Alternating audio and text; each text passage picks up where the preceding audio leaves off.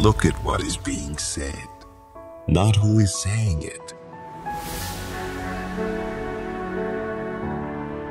Born on 6 May 1856 in Freiberg, Moravia, Austrian Empire, Sigmund Freud, more popularly known as Sigmund Freud, was a neurologist and the founder of psychoanalysis.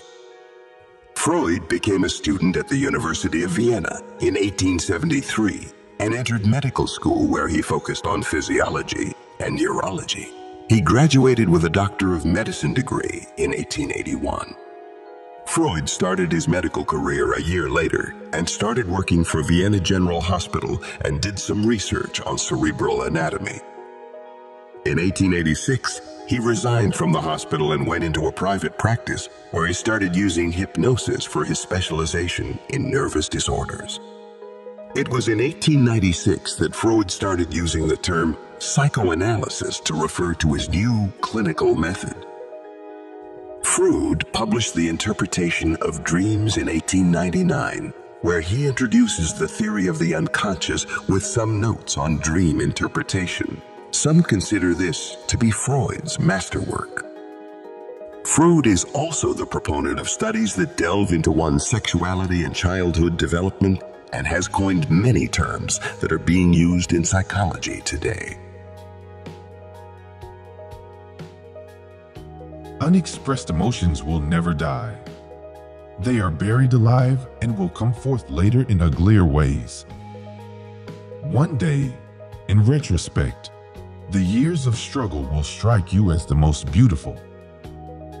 The scope of one's personality is defined by the magnitude of that problem which is capable of driving a person out of his wits.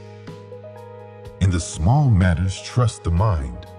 In the large ones, the heart. Most people do not really want freedom, because freedom involves responsibility, and most people are frightened of responsibility. The voice of the intellect is a soft one, but it does not rest until it has gained a hearing. Being entirely honest with oneself is a good exercise. Out of your vulnerabilities will come your strength. Before you diagnose yourself with depression or low self-esteem, make sure that you're not surrounded by fools. What a distressing contrast there is between the radiant intelligence of the child and the feeble mentality of the average adult. Men are more moral than they think and far more immoral than they can imagine. Dreams are often most profound when they seem the most crazy. Children are completely egoistic. They feel their needs intensely and strive ruthlessly to satisfy them. We are what we are because we have been what we have been. Everywhere I go, I find a poet has been there before me. When inspiration does not come to me, I go halfway to meet it. We choose not randomly each other. We meet only those who already exist in our subconscious.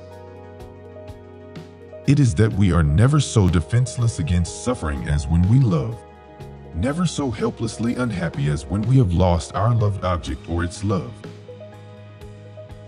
In the depths of my heart, I can't help being convinced that my dear fellow men, with a few exceptions, are worthless. Whoever loves becomes humble. Those who love have, so to speak, pawned a part of their narcissism. Words have a magical power. They can bring either the greatest happiness or deepest despair. A woman should soften but not weaken a man. The behavior of a human being in sexual matters is often a prototype for the whole of his other modes of reaction in life. Everything that you do in bed is perfectly and absolutely acceptable, if only both sides enjoyed it. All family life is organized around the most damaged person in it. Love is a state of temporary psychosis. The great question that has never been answered, and which I have not yet been able to answer, despite my 30 years of research into the feminine soul, is what does a woman want? The virtuous man contents himself with dreaming that which the wicked man does in actual life. The only person with whom you have to compare ourselves is that you in the past. The conscious mind may be compared to a fountain playing in the sun and falling back into the great subterranean pool of subconscious from which it rises. A large part of what is real within us is not comprehended, and that which is comprehended is not real. The mind is like an iceberg. It floats with 1/7 of its bulk above water.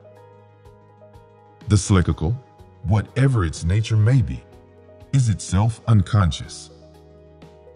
When people criticize me, I know how to defend myself, but I'm powerless in the face of praise. The first indication of stupidity is a complete lack of shame. At that moment when a person starts to seriously ponder the meaning and value of life, you can consider him a madman. Eternal love, purged of all hatred, exists only between the addict and his drug. Religious doctrines are all illusions. They do not admit of proof, and no one can be compelled to consider them as true or to believe in them. Religion is an illusion, and it derives its strength from the fact that it falls in with our instinctual desires. Immorality, no less than morality, has at all times found support in religion. Where the questions of religion are concerned, people are guilty of every possible kind of insincerity and intellectual misdemeanor. History is just new people making old mistakes.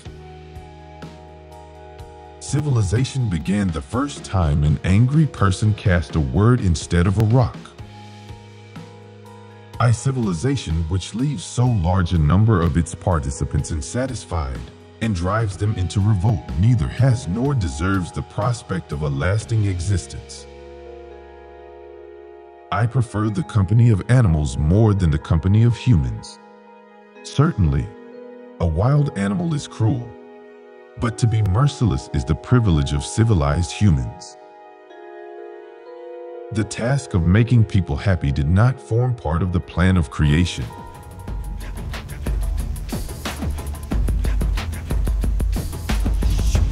We hope these words will help you succeed and never forget to be kind to others.